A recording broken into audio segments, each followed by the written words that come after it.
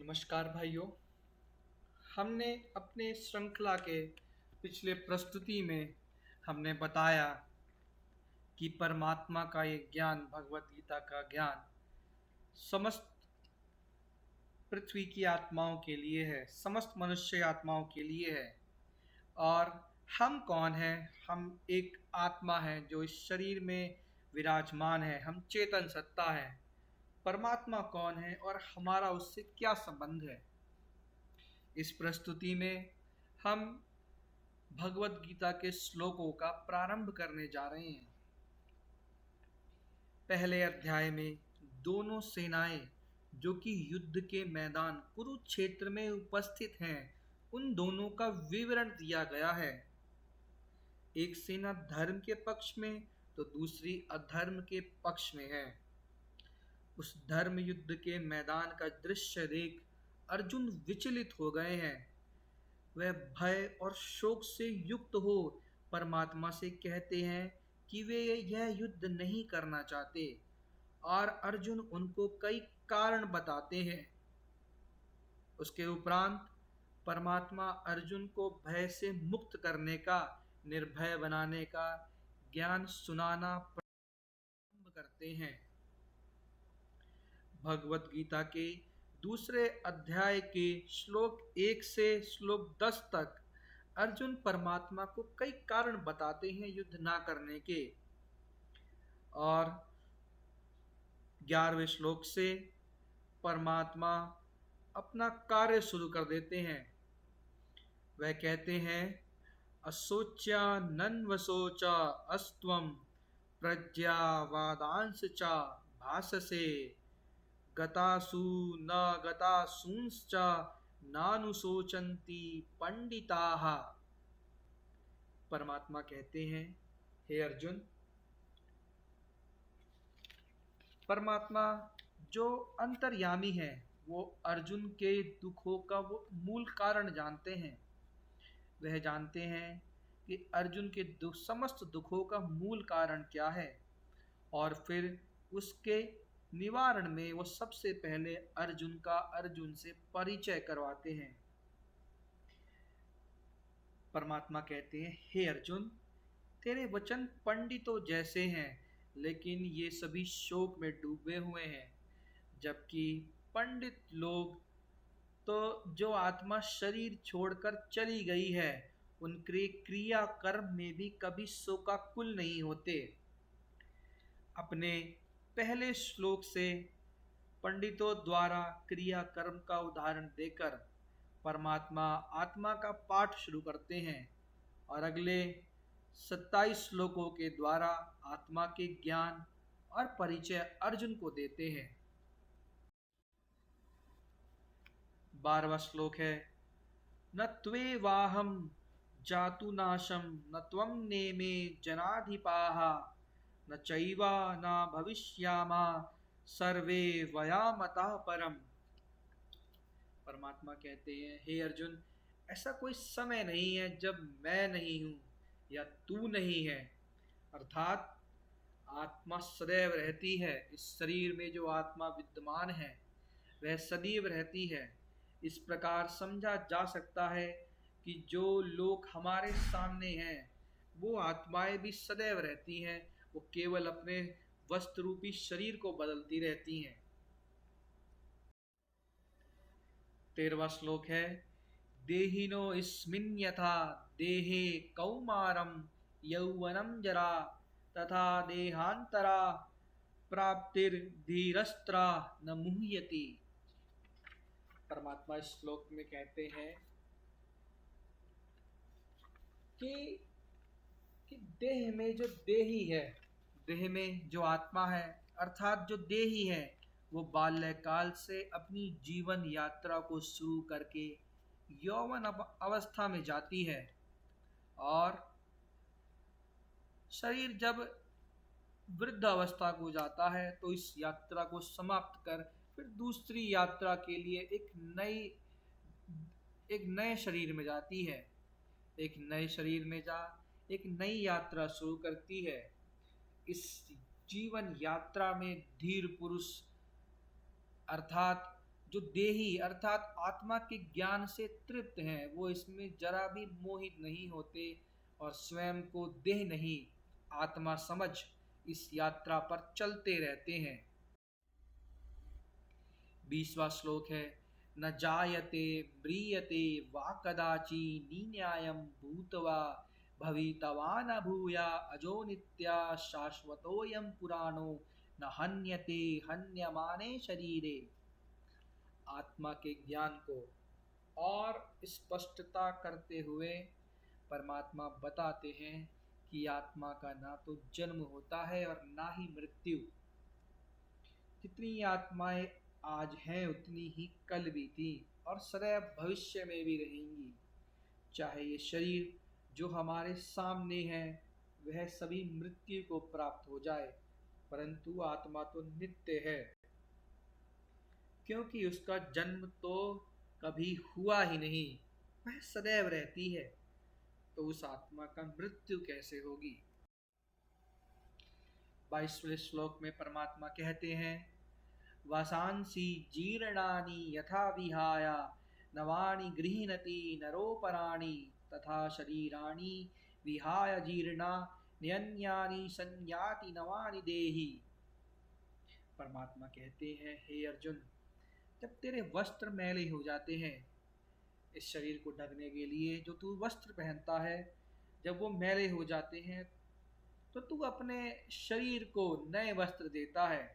ऐसे ही जब तेरी एक जीवन यात्रा पूरी हो जाती है तो तुझे इस शरीर को छोड़ नई यात्रा के लिए नया शरीर लेना पड़ता है। जैसे अलग समय के लिए अलग वस्त्र धारण करने होते हैं, वैसे ही अपने अलग अलग कर्तव्य को पूरा करने के लिए आत्मा को कर्तव्य अनुसार नया शरीर लेना है। आगे 23वें और 24वें श्लोक में परमात्मा और बताते हैं आत्मा के गुणों के बारे में। नैनम छिन्दन्ति शस्त्राणि नैनम दहति पावका न चैनम क्लेदयन्त्यापो न शोषयति मारुता अच्छेद्यो यमादाह्यो यमाक्लेद्यो शोष्य एव च नित्या सर्वागता स्थाणुरलो रचलोयम सनातना। इस श्लोक में परमात्मा आत्मा के बारे में और अधिक स्पष्टता देते हुए बताते हैं कि आत्मा को काटा नहीं जा सकता, जलाया नहीं जा सकता, आत्मा गीली भी नहीं हो सकती, आत्मा सूख नहीं सकती। ये आत्मा कोई स्थूल वस्तु नहीं है, ये तो चेतना है, ये तो अच्छेद्य है, अदाह्य है, इसलिए वो हमेशा रहती है। यहाँ से हमें पता चलता है कि आत्मा कोई स्थूल वस्तु नहीं है या कोई तत्व नहीं है, ये तो चेतन सत्ता है। इस प्रकार समझा जाना चाहिए कि आत्मा एक अलग सत्ता है इस शरीर से। आगे के श्लोकों में परमात्मा कहते हैं, अव्यक्तो यमाचिंतयो यमाविकार्यो यमुच्यते तस्मदेवं विदित्वैनं नानुशोचितु मर्हसि। परमात्मा बताते हैं कि हे अर्जुन, आत्मा अव्यक्त है, इसके दर्शन इन आँखों से नहीं किए जाते हैं। इस पर मेरा विचार है कि परमात्मा के पास सामर्थ्य है, उस सर्वशक्तिमान के पास सामर्थ्य है कि वह आत्मा का हमें दर्शन करा दे, लेकिन फिर भी हम समझ नहीं पाएंगे कि हमने देखा क्या। परमात्मा बताते हैं कि आत्मा अचिंत्य है, अर्थात इसका चिंतन करके व्याख्या नहीं किया जा सकता। इस पर मेरा विचार है कि आत्मा का स्पष्ट ज्ञान परमात्मा ही दे सकते हैं। और हमारे सामने इतिहास में कई महापुरुष हुए जिन्होंने आत्मा का ज्ञान देने का प्रयास किया, लेकिन वे पूर्ण सफल नहीं हो पाए, क्योंकि इसका ज्ञान तो ज्ञान के सागर परमात्मा के पास ही है और केवल वही स्पष्ट रीति से इसका परिचय दे सकते हैं।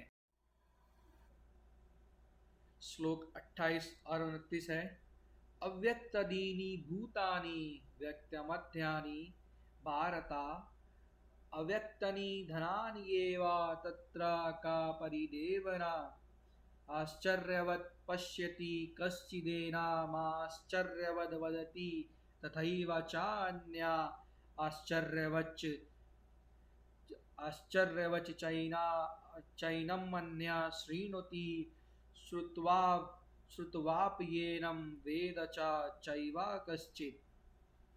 हे मेरे प्रिय अर्जुन, ये आत्मा शरीर धारण करने से पहले इस संसार में होते हुए भी नहीं होती और मरने के बाद मृत्यु उपरांत भी ऐसा ही होता है। शरीर धारण करने से पहले हम नहीं देख सकते उस आत्मा को, उसको अनुभव नहीं कर सकते और मृत्यु उपरांत भी ऐसा ही होता है। वो तो केवल जन्म और मृत्यु के बीच के समय में ही प्रकट रहती है।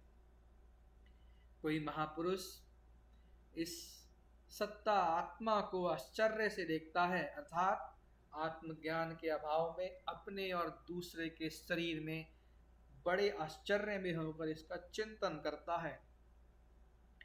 और चिंतन करने वाला भी चिंतन करके जब वर्णन करता है तो बड़े आश्चर्य से करता है और सुनने वालों के प्रश्नों के उत्तर उसके पास नहीं होते।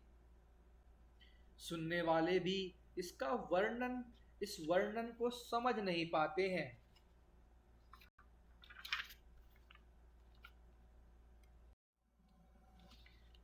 32वां श्लोक है, यदृच्छया चोपपन्नम स्वर्गद्वारम द्वारम अपावृतम सुखिना क्षत्रियाः पार्था लभन्ते युद्धमीदृशम।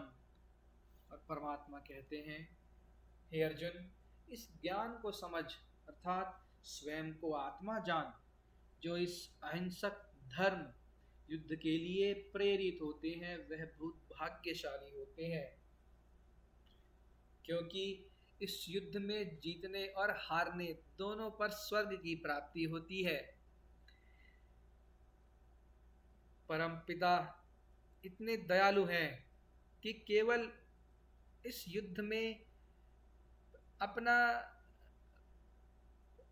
भाग लेने पर ही स्वर्ग की प्राप्ति के अधिकारी हो जाते हैं। चाहे जीते या हारे, लेकिन स्वर्ग जरूर प्राप्त होता है।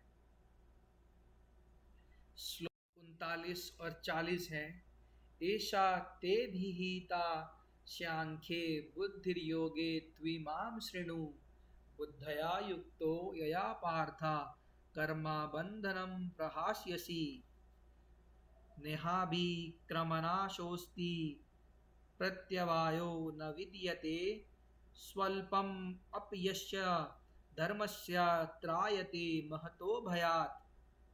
और परमात्मा कहते हैं, हे मेरे प्रिय अर्जुन, मैंने अभी तक आपको आत्मा का ज्ञान का परिचय दिया, जिससे तुम स्वयं को आत्मा समझ आगे के इस ज्ञान को सुनो। और मैं अब श्रेष्ठ कर्म करने की विधि का ज्ञान देने जा रहा हूं, जिससे तुम अपनी इस जीवन यात्रा में श्रेष्ठ कर्म करते रहोगे और इस युद्ध में, इस धर्म युद्ध में विकारों रूपी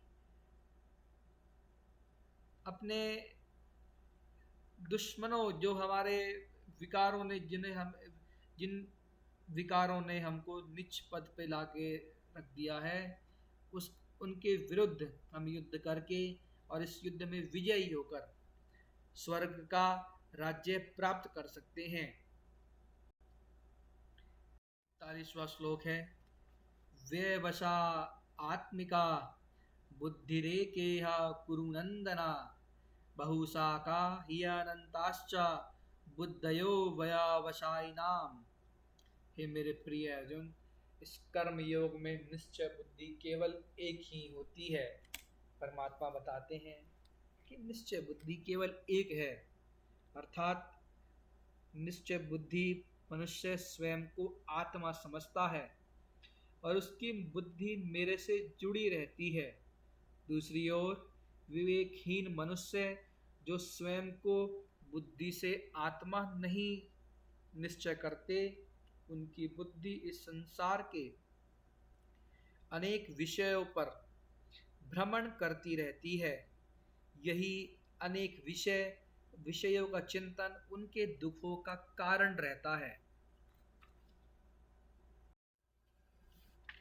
अगले श्लोक है यामिमां पुष्पितां वाचम प्रवाद्यन्ता विपश्चिता वेदा वादा अरता पार्था नान्यदस्तीति वादिना कामात्मानः स्वर्गापरा जन्मा कर्मा फलाप्रदां क्रिया विशेषा बहुलां भोगैश्वर्या गतिं प्रति भोगैश्वर्या प्रसक्तानां तयापाह्र्य च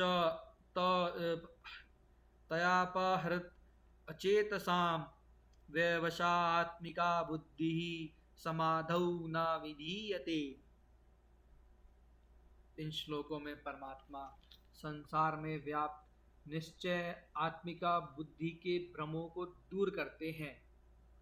संसार में अनेक मत है, भिन्न भिन्न महापुरुष अनेक भिन्न भिन्न मत देते हैं जो आत्मा के ज्ञान की चर्चा करते हैं, लेकिन वो इस आत्मा को समझ जानते नहीं। परमपिता परमात्मा बताते हैं कि जो मनुष्य वेदों के वाक्यों का वर्णन करते हैं और कहते हैं कि ये स्वर्ग ही परम प्राप्य वस्तु है और उसके लिए अनेक उपायों का वर्णन करते हैं, वे वास्तव में स्वर्ग को नहीं जानते।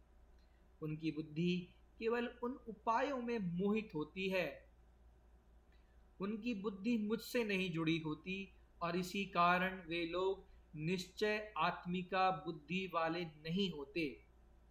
वे उपाय भी केवल कर्म बंधनों में बांधने वाले हैं। जबकि मेरे प्रिय अर्जुन, मैं आपको कर्म बंधनों से मुक्त हो श्रेष्ठ पद की प्राप्ति दिलाने वाला ज्ञान सुनाता हूं। अगले श्लोक हैं त्रैगुण्या विषया वेदा निस्त्रैगुण्यो भवार्जुना निर्द्वंदो नित्य सत्वस्थो निर्योगक्षेमा आत्मावान। इस श्लोक में परमात्मा बताते हैं कि हे मेरे प्रिय अर्जुन, वेदों में बताए मार्गों से तू केवल संसार के अनेक साधनों में लिप्त रहेगा और ये साधन सतो रजो तमो तीनों गुणों के अधीन होने के कारण तुझे भी इन तीन गुणों के अधीन बना देंगे। इसलिए हे अर्जुन, इन साधनों से स्वतंत्र हो सहज रीति अपनी बुद्धि का योग मुझसे लगा और योग में रह इस धर्म युद्ध में विजय को प्राप्त कर। अगले 46वें श्लोक में परमात्मा बताते हैं यावान अर्था उदापाने सर्वथा संप्लुत ओदके तावान सर्वेषु वेदेषु ब्राह्मणस्य विजानता। हे अर्जुन, जब मनुष्य को सभी ओर से प्राप्त कोई नई वस्तु प्राप्त हो जाती है तो उसको पुरानी वस्तु का कोई मोह नहीं रह जाता।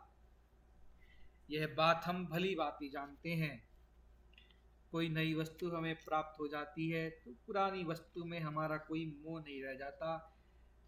इसीलिए परमात्मा कहते हैं ऐसे ही जब मैं स्वयं मनुष्य को ज्ञान सुनाता हूँ तो उसका भी कोई वेदों से लगाव नहीं रह जाता। उसका लगाव केवल भगवानुवाच श्रीमद् भगवद गीता में रहता है।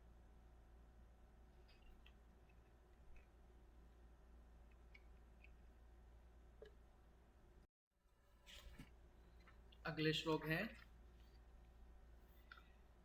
पिछले श्लोक पर मेरा विचार है कि परमात्मा जो आगे के श्लोकों में श्रेष्ठ कर्म करने का उपाय बता रहे हैं उससे पहले वेदों में बताए अन्य भक्ति भजन कीर्तन यज्ञ उपवास सबका खंडन करते हुए कहते हैं कि मुझसे योग लगाओ जिससे ही मनुष्य सही और गलत के प्रश्नों में ना उलझे। अर्थात जो पहले से वो कार्य किए जा रहे थे क्या वो गलत हैं ऐसा नहीं है, समय अनुसार वो भी सही थे। अभी इस समय के अनुसार परमात्मा जो भगवानुवाच है वो सही है। कर्मण्येवाधिकारस्ते मा फलेषु कदाचन मा कर्मफला हेतुर्भूर्मा ते संगोस्त्व कर्मणि युगस्थः कुरु कर्माणि संगम त्यक्त्वा धनंजया सिद्धया सिद्धयोः समो भूत्वा समत्वम योग उच्यते। परमात्मा कहते हैं कि मेरे प्रिय अर्जुन, तेरा कर्म करने में ही अधिकार है, उसके फल में नहीं। तू केवल फल की इच्छा से कोई कर्म मत कर, और यदि कोई इच्छा ही नहीं तो ऐसा भी नहीं हो सकता कि तू कोई कर्म ही ना करे। इस पर मेरा विचार है कि कोई भी मनुष्य किसी फल की प्राप्ति के लिए ही कर्म करता है, लेकिन परमात्मा कहते हैं जब कर्म कर रहे हो तो आपका ध्यान केवल कर्म पर और योग मेरे से लगा होना चाहिए। यदि कर्म करते करते फल पर ध्यान रहेगा तो कर्म आप ठीक रीति से कर नहीं पाएंगे। यदि आप अपना ध्यान केवल कर्म पर रखेंगे और फल यदि कम प्राप्त हुआ तो आप दुखी ना होकर अपने कर्मों को और श्रेष्ठ बनाने का प्रयास करेंगे। यदि फल पूर्ण प्राप्त हुआ तो भी आप अहंकार को नहीं प्राप्त होंगे, क्योंकि आप जानते हैं कि ये मेरे कर्मों की प्राप्ति है। और इस प्रकार कर्म और उसके फल मनुष्य को स्थिति को प्रभावित नहीं कर सकेंगे, और मनुष्य निरंतर अपनी बुद्धि को निराकार परमात्मा में लगाए रखेगा। आगे के श्लोक हैं, दूरेण हियावरम कर्म बुद्धियोगा बुद्धियोगा धनंजया बुद्धौ शरणम अन्विच्छ कृपणाः फलाहेतवा बुद्धियुक्तो जहातीह उभे सुकृत अदुष्कृते तस्मात् योगाय युज्यस्व योगः कर्मसु कौशलम। पिछले श्लोक में जो मैंने अपने विचार रखे, इसी कारण परमात्मा इस श्लोक में कहते हैं जो मनुष्य केवल फल की प्राप्ति के लिए परिश्रम करता है वह सदैव दुखी रहता है।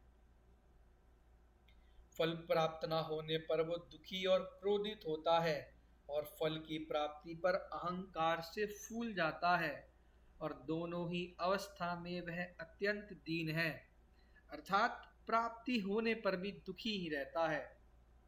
इसके विपरीत जो परमात्मा के ध्यान में मग्न हो, अपने कर्म करता है, वह पाप पुण्य दोनों से मुक्त हो जाता है, अर्थात कर्म फल उसकी अवस्था को विचलित नहीं कर पाते, और वह अंगद के समान सदैव आनंद और प्रसन्नता की अवस्था में स्थित रहता है, और सभी को सहज रूप से सुख प्रदान करता रहता है, और देवता समान हो जाता है। आगे के श्लोक है 51 श्लोक और 52 श्लोक। कर्मजं बुद्धि युक्ता ही फलम त्यक्त्वा मनीषिणा जन्म बंध विनिर्मुक्ताः पदम गच्छन्त्यन आमयम यदा ते मोहकलीलं बुद्धिर्व्यतितरिष्यति तदा गन्तासि निर्वेदम श्रोताव्यस्य श्रुतस्य च। परमात्मा कहते हैं कि हे अर्जुन, यही एक मार्ग है जिस मार्ग का अनुसरण कर तू परम पद अर्थात निर्विकारी देवताई स्थिति को प्राप्त होगा।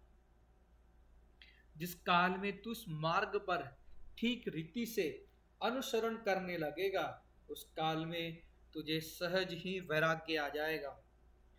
वैराग्य का अर्थ है कि संसार में रहते हुए भी संसार मनुष्य में नहीं रहेगा, जिनका उदाहरण है राजा जनक। श्लोक 53 है।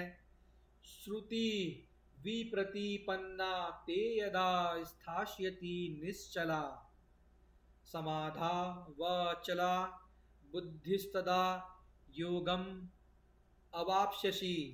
संसार में सुने अलग अलग उपायों से जो तेरी बुद्धि विचलित हुई है, वो इस कर्म योग का आचरण करने से स्थिर हो जाएगी और तेरी बुद्धि का योग सदैव मुझ परमात्मा में लगा रहेगा। कर्मयोग अर्थात कर्म करते हुए परमात्मा की याद में स्थित रहना।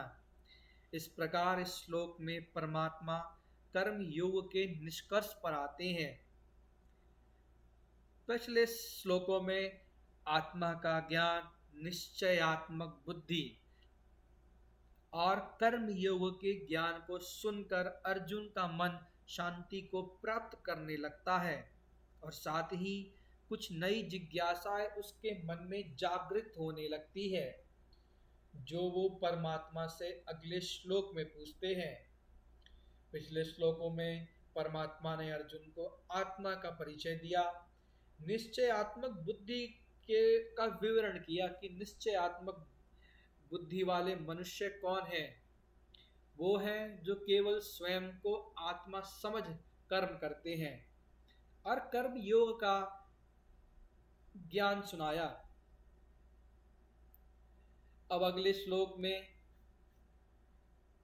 अर्जुन परमात्मा से अपनी जिज्ञासा को लेकर प्रश्न करते हैं। कहते हैं, स्थिता प्रज्ञस्या का भाषा समाधि स्थस्या केशवा स्थित अधिहि किम प्रभाषेत किम आसीत व्रजेत किम। अर्जुन पूछते हैं, हे प्रभु, आपके बताए मार्ग पर चलने से जिस मनुष्य की बुद्धि निश्चयात्मक हो, आपके ध्यान में स्थिर हो जाती है, उस मनुष्य के लक्षण क्या होते हैं? वह कैसे बोलता है, वह कैसे बैठता है, वह कैसे चलता है? इस पर मेरा विचार है कि क्योंकि यह ज्ञान हम सभी अर्जुनों के लिए है, आप सभी के मन में भी यही प्रश्न उठते होंगे, क्योंकि ये ज्ञान स्वभावतः हम सभी मनुष्यों के लिए ही है। अगले 55 श्लोक हैं। प्रजाहाति यदा कामान सर्वान पार्था मनोगतान आत्मन्येवात्मना तुष्टा स्थित प्रज्ञस्त अदोच्यते। परमात्मा सबसे पहले स्थिर प्रज्ञ की परिभाषा देते हैं, अर्थात स्थिर बुद्धि वाले की क्या लक्षण होंगे। वह कहते हैं, जिस काल में तू स्वयं को आत्मा समझ मुझ परमात्मा से जुड़ेगा, उस काल में संसार की किसी भी विषय में तेरी बुद्धि नहीं होगी और तेरी बुद्धि केवल मुझ में स्थिर हो जाएगी। स्वयं को आत्मा समझने की एक विधि है, परमात्मा से खुद को जोड़ने की भी एक विधि है। इसी की चर्चा 6 अध्याय में विस्तार पूर्वक की गई है। अगले 56, 57 और 58 श्लोक है। दुखेष्वनु द्विघ्नमना सुखेषु विगता स्पृह विगता वीतराग भय क्रोधा स्थित अधीर मुनि रुच्यते।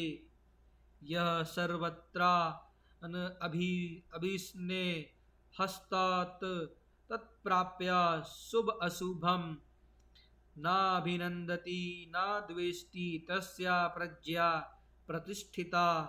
यदा संहर्ते चायम कूर्मोंग गानीव सर्वसा इंद्रियाणि इंद्रियार्थे आर्थेभ्य स्तस्या प्रज्ञा प्रतिष्ठिता। इन श्लोकों में परमात्मा बताते हैं कि स्थिर बुद्धि से मनुष्य को प्राप्ति क्या होगी। स्थिर बुद्धि मनुष्य ना तो किसी वस्तु में ना ही किसी मनुष्य में ही मोह रखता है और ना ही किसी से द्वेष रखता है। इसलिए परमात्मा बताते हैं किसी कछुए की समान उसकी इंद्रियां सभी ओर से अपने आप सिमट जाती है। वह अपनी ऊर्जा को कहीं व्यर्थ नहीं गवाता। आज के संसार में आप देख सकते हैं कि मनुष्य सबसे विचलित बुद्धि वाला है और हर समय उसका मन कभी मोबाइल, कभी टीवी, तो कभी कहीं न कहीं जाता रहता है। और इससे इन इन यंत्रों का प्रयोग करने से वह अपने आप को थका हुआ महसूस करता है मानसिक रूप। अगले श्लोक हैं 59, 60 और 61।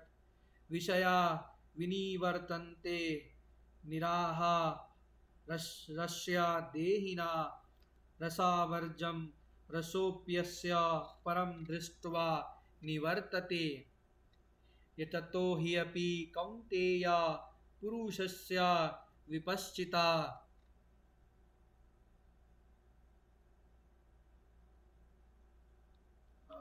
कुछ गड़बड़ हो गई है।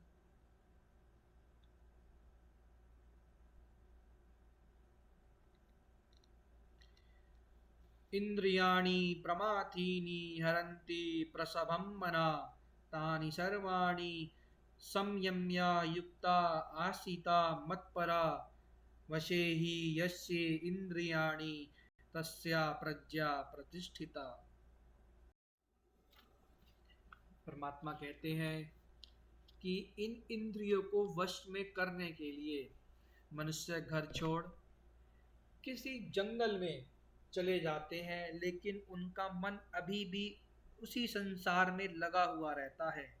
इसी कारण ये चंचल स्वभाव वाली इंद्रियां उस साधक को, जो साधना करने वाले साधु हैं, उनको अपने बल से ये इंद्रियां हरा देती हैं।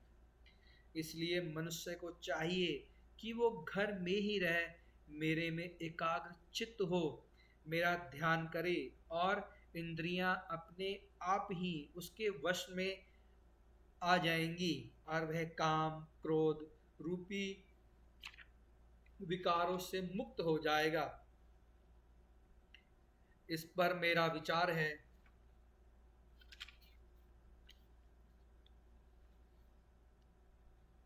कि परमात्मा का ध्यान कैसे करना है वह तो केवल वही बता सकते हैं। संसार में तो हर एक मनुष्य कोई ना कोई विधि अलग अलग बताएगा ही, और सभी विधियां संपूर्ण नहीं होंगी, कुछ ना कुछ कमियां होंगी इसमें। आगे के श्लोक हैं ध्यायतो विषया अनपुंसा विषयान पुंसा संगस्ते संगस्तेषु पजायते संगात्स संगात् संजायते कामः कामात् क्रोधो विजायते क्रोधाद् भवति सम्मोहा सम्मोहात् स्मृति विभ्रमा स्मृति भ्रंशात् बुद्धिनाशो बुद्धिनाशात् प्रणश्यति रागाद्वेष वियुक्तस्तु विषया इंद्रियान् यश्चरन् आत्मवश्यैर् विधीयात्मा प्रसाद अमाधि गच्छति। जो मनुष्य विषयों का चिंतन करता रहता है, उस विषयों में उस चिंतन करके उन विषयों को प्राप्त करने की कामना उत्पन्न होती है। उन कामनाओं के पूर्ण ना होने पर उससे क्रोध उत्पन्न होता है। जबकि जो मनुष्य अपनी बुद्धि से केवल मेरा चिंतन करता है, वह सदैव प्रसन्नता की स्थिति में स्थित रहता है। इस पर मेरा विचार है कि जो पुरुष किसी स्त्री का चिंतन करता है, या कोई स्त्री किसी पुरुष का चिंतन कर रही है, या कोई ऐसा संगीत या दृश्य का अनुभव ले रहे हैं तो उसमें काम अर्थात सेक्सुअल लस्ट की भावना अपने आप ही उत्पन्न होने लगती है। अपनी काम की अग्नि को बुझाने के लिए वो अनेक प्रयत्न करता है और उसकी प्राप्ति नहीं होती तो उसको क्रोध आने लगता है। ये क्रोध उसकी बुद्धि का नाश कर देता है और जिसकी बुद्धि नाश हो गई है वह बिना निर्णय लिए कोई भी कर्म कर सकता है जिससे वह अपनी स्थिति से नीचे गिर जाता है। दूसरी ओर यदि मनुष्य अपनी बुद्धि में परमात्मा का चिंतन करे तो वे अविनाशी आनंद और प्रसन्नता की स्थिति में प्रत्येक क्षण स्थित रह सकते हैं। आगे के श्लोक है, राग द्वेषा वियुक्तस्तु विषयानि इंद्रियश्चरन् आत्मवैश्वर्य विधेयात्मा प्रसादम अगच्छति नास्ति बुद्धिरायुक्तस्य न चायुक्तस्य भावना न चा न चाभावयता शान्तिरशान्तस्य कुतः सुखम् इंद्रियाणां हि चरतां यन्मनो नुवि नुविधीयते तदस्य हरति प्रज्ञां वायुर्नावा मिवाम वशी। इस प्रकार जिसका मन भीतर से प्रसन्न हो जाता है उसके सभी दुख अपने आप मिट जाते हैं और अपनी बुद्धि केवल परमात्मा की याद में लगा देता है। जैसे वर वधू का विवाह का समय निश्चित हो जाता है तो वो केवल एक दूसरे की याद में खोए रहते हैं। इसी प्रकार जो मनुष्य मेरे को याद स्मरण करना प्रारंभ कर देता है वह मेरी स्मृति में ही खोया रहता है। इसके विपरीत जो मनुष्य संसार में अपना चिंतन रखता है उसकी इंद्रियां उसके वश में नहीं रहती।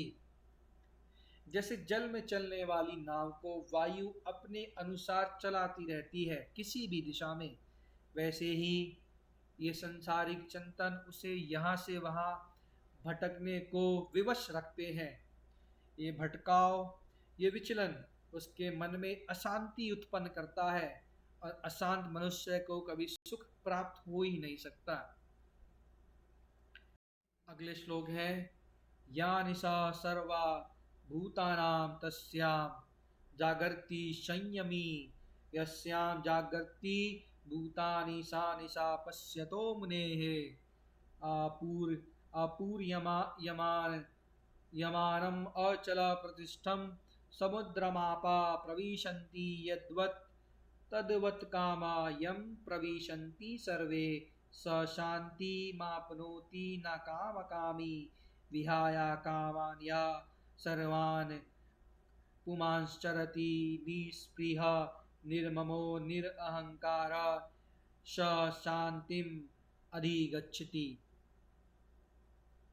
परमात्मा इस श्लोक में कहते हैं, ऐसे मनुष्य जो स्थिर बुद्धि हैं उनके जागने और सोने का समय बताते हैं। ऐसा मनुष्य सुबह ब्रह्म मुहूर्त के समय अपने बिस्तर से उठ जाता है और परमात्मा में ध्यान लगा शक्तियाँ लेता है, जबकि इस समय संसार के अन्य लोग अर्थात ब्रह्म मुहूर्त के समय जो सोते रहते हैं या जो जाग रहे होते हैं वो खुद उनको स्वयं ही नींद आने लगती है, क्योंकि ये समय परमात्मा के प्रिय अर्जुनों के जागने का है। उस समय वातावरण अपने आप ही स्वतः ही शांत हो जाता है जिससे सभी अर्जुन परमात्मा में लीन होने में बड़ी सहायता होती है। इसके विपरीत रात्रि के 9 बजे के बाद जब तमस अपने शिखर पर होता है सभी स्थिर बुद्धि वाले अर्जुन परमात्मा को शुभ रात्रि के उनकी याद में ऐसे सो जाते हैं जैसे कोई शिशु अपनी माता की गोद में सोया हो। और ब्रह्म मुहूर्त में पुनः अपने प्राण प्यारे परम पिता परमात्मा शिव जिसने उनको इतना सुख दिया सतयुग और द्वापर में, उनसे बातें करने के लिए वो सदैव तैयार रहते हैं। जैसे समुद्र में सभी नदियाँ समुद्र में जा मिलती है और समुद्र उनसे कभी विचलित नहीं होता, ऐसे ही निश्चयात्मक स्थिर बुद्धि वाले मनुष्य को ये संसार कभी विचलित नहीं करता। उसके सामने कोई भी परिस्थिति आए, वो परमात्मा के साथ से अपनी प्रसन्नता को बिना गंवाए हर परिस्थिति को पार कर लेता है। ऐसा मनुष्य अहंकार रहित हो इस संसार में रहते परम स्थिति को प्राप्त कर लेता है। परमात्मा कहते हैं दूसरे अध्याय के 72वें श्लोक में, ऐसा ब्राह्मी स्थिति ही पार्थनैनां प्राप्य विमुह्यति स्थितवास्या वास्या अमंत का वास्यामंत काले अंतकालेपि ब्रह्मा निर्वाण अमृच्छति।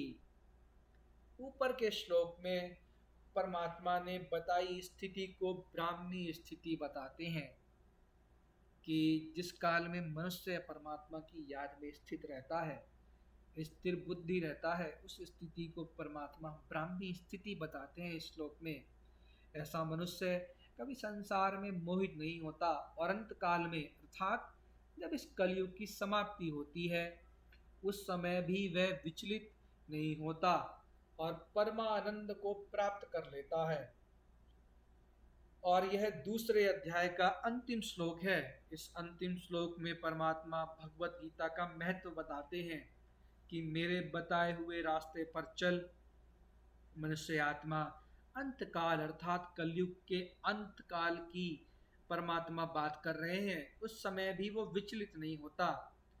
आज के समय में जहाँ ग्लोबल वार्मिंग, नेचुरल कैलेमिटीज अपना रौद्र रूप ले रही हैं, हम समझते हैं वह अंतकाल कैसा होगा, बड़ा भयावह दृश्य होगा। परमात्मा जो अंतर्यामी है, जो उस अंतकाल को भी जानता है पहले से ही, उससे बचने के लिए हमें ये ज्ञान सुनाता है। अच्छा भाइयों,